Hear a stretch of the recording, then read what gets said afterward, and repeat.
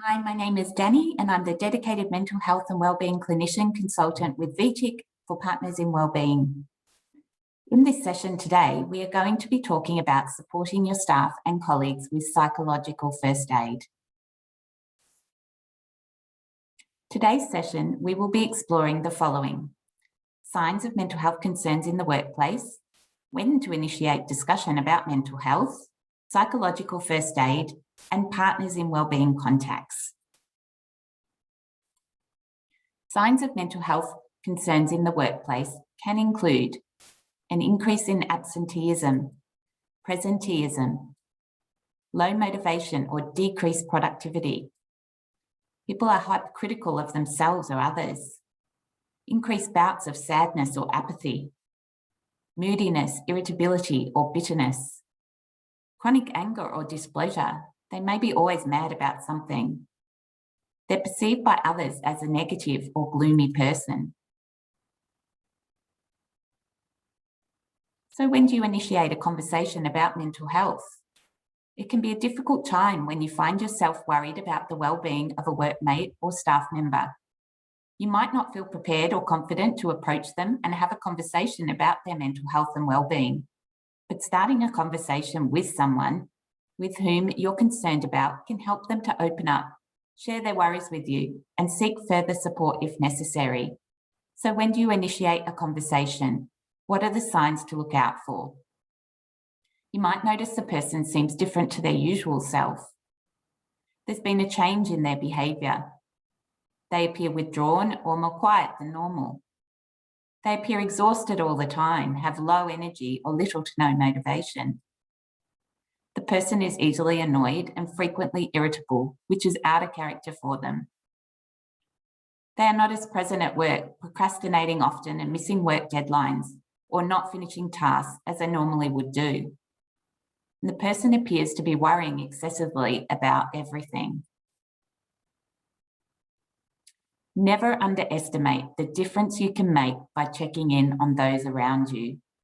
If you notice someone at your work struggling with their mental health and well-being, what can you do? A good place to start is asking the question, are you okay? As employers or staff, we can all create a culture where people feel confident in asking and answering this simple yet important question. In today's session, I will be teaching you some practical skills which can help you to support colleagues and friends who are not okay. Psychological first aid, or PFA for short, is very much like medical first aid. It's how you can help someone psychologically in their immediate time of need. Just like normal first aid, once you've supported someone using PFA, they might be okay. Or PFA might be the band-aid that the person needs until they can get additional help from a trained medical or allied health professional. There are 5 core actions of PFA: protect, listen, acknowledge and normalise, offer practical assistance, connect with social support, and talk future. Protect. How might we protect somebody who is distressed? The core action here is about making sure the distressed person can't be hurt or hurt others whilst in a state of distress. A person who is non-responsive could be in a state of shock or shut down and could easily put themselves in harm's way without realising it. Your role will be to ensure their safety in the first instance. Something practical like taking them to a seat if they are pacing, or maybe walking next to them. You may also need to protect them from overstimulating sensory input, like bright lights or loud noises, and if possible, remove the person from the situation. Here's a little example.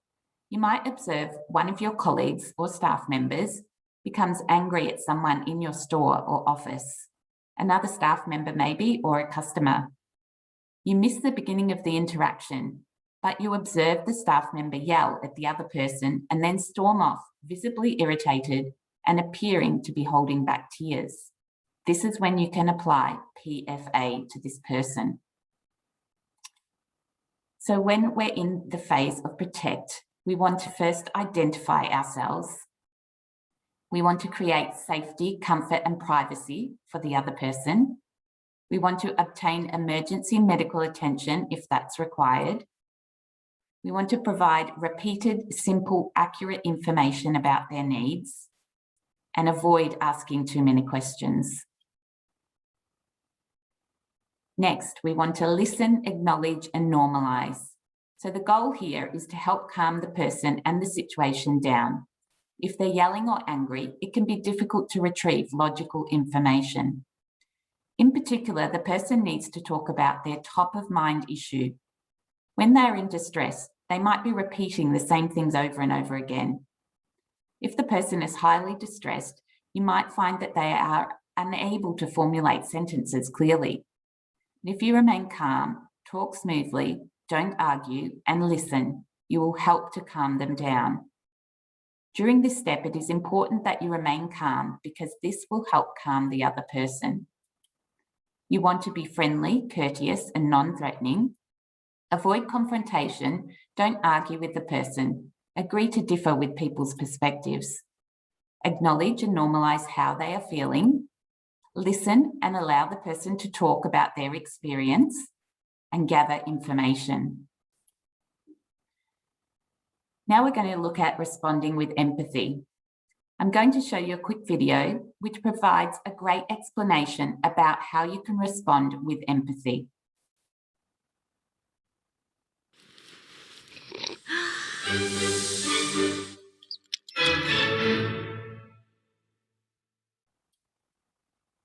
So what is empathy and why is it very different than sympathy? Empathy fuels connection. Sympathy drives disconnection. Empathy, it's very interesting. Teresa Wiseman is a nursing scholar who studied professions, very diverse professions where empathy is relevant, and came up with 4 qualities of empathy. Perspective taking, the ability to take the perspective of another person or recognize their perspective as their truth. Staying out of judgment, not easy when you enjoy it as much as most of us do. Recognizing emotion in other people and then communicating that. Empathy is feeling with people. And to me, I always think of empathy as this kind of sacred space when someone's kind of in a deep hole and they shout out from the bottom and they say, I'm stuck, it's dark, I'm overwhelmed. And then we look and we say, hey, climb down. I know what it's like down here, and you're not alone. Sympathy is, ooh, it's bad, no, you want a sandwich? Empathy is a choice, and it's a vulnerable choice, because in order to connect with you, I have to connect with something in myself that knows that feeling. Rarely, if ever, does an empathic response begin with at least. And we do it all the time. Because you know what? Someone just shared something with us that's incredibly painful, and we're trying to silver lining it. I don't think that's a verb, but I'm using it as one. We're trying to put the silver lining around it. So I had a miscarriage. Oh, at least you know you can get pregnant. I think my marriage is falling apart. At least you have a marriage. John's getting kicked out of school. At least Sarah is an A student. But one of the things we do sometimes in the face of very difficult conversations is we try to make things better. If I share something with you that's very difficult, I'd rather you say, I don't even know what to say right now. I'm just so glad you told me. Because the truth is, rarely can a response make something better. What makes something better is connection.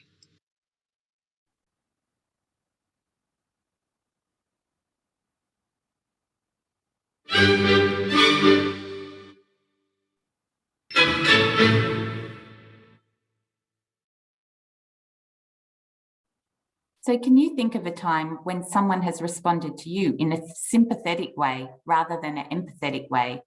And how did that make you feel? It's quite simple, really, but often our natural tendency when someone is in a difficult space is to try to make them feel better. Unfortunately, most of the time, this just makes people feel as though they aren't heard.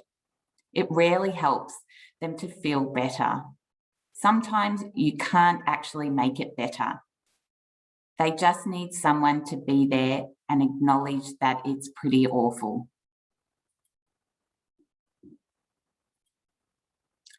Now we're going to move on to authentic listening. And I'm going to play you this little clip for you now. And if you'll bear with me, it's from a children's movie. However, I love the demonstration of listening and being present with a person.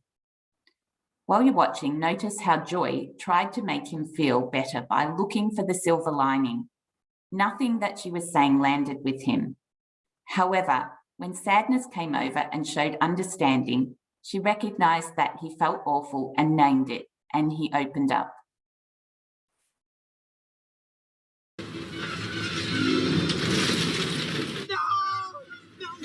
No, you can't take my rocket to the top. Riley and I go to the moon.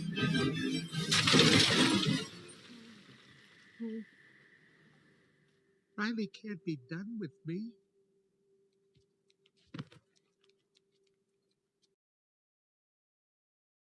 Hey, it's gonna be okay. We can fix this. We just need to get back to headquarters. Which way to the train station? I had a whole trip planned for us. Hey, who's ticklish, huh? Here comes the tickle monster. Hey, Bing Bong, look at this. Oh, here's a fun game. You point to the train station and we all go there. Won't that be fun? Come on, let's go to the train station. I'm sorry they took your rocket. They took something that you loved. It's gone. Forever. Sadness. Don't make him feel worse. Sorry. It's all I had left of Riley. I bet you and Riley had great adventures. Oh, they were wonderful. Once we flew back in time. We had breakfast twice that day. Sadness. It sounds amazing. I bet Riley liked it. Oh, she did. We were best friends. Yeah, it's sad.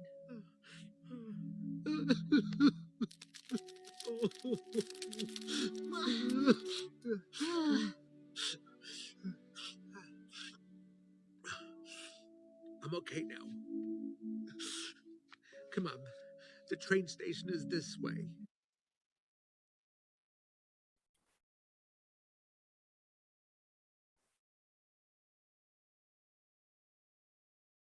So the next phase is offering practical assistance. The goal here is to help the individual with things they might need. This can be really simple stuff. Can I make you a drink or get you something to eat? If they're in shock, they might be shivering and a blanket could help. Again, try to address the stuff they are repeatedly bringing up. A simple question like, what do you need right now, can be quite useful. They might just need to use the bathroom. So you want to address the immediate needs and concerns of the overwhelmed person. Identify ways of meeting their current needs and connect them with local support services. So next is connect with social supports. The goal here is to help the individual link with the support they need. For example, if it was a highly distressed person, you would have somebody come to get them, not encourage them to drive. They might not be up to making a phone call, so you might need to call a support person on their behalf. Let the individual guide you through this stage. So assist the person to contact someone from their social network. Help contact friends, loved ones, or colleagues, and ensure safe means of transport. Lastly, we look at talk future. Now, the goal here is to shift the individual's thinking from the current to the future. This is particularly important with those in extreme distress. It can help to restore their normal brain functioning. When we say future, we're not talking about months or years from now. It could be as simple as, what are your plans this evening? Or you might ask, what are you doing tomorrow? Be patient during this phase. It might take them a while to formulate a response. Keep trying with future type questions. So you want to help shift their thinking from current to future, promote natural resilience, and identify future links and support services. So that concludes this information session on supporting your staff and colleagues with psychological first aid. If you would like to chat further about the materials discussed in this presentation or have any other wellbeing concerns, please contact me for advice and support. My details are listed here. Thank you for your time today.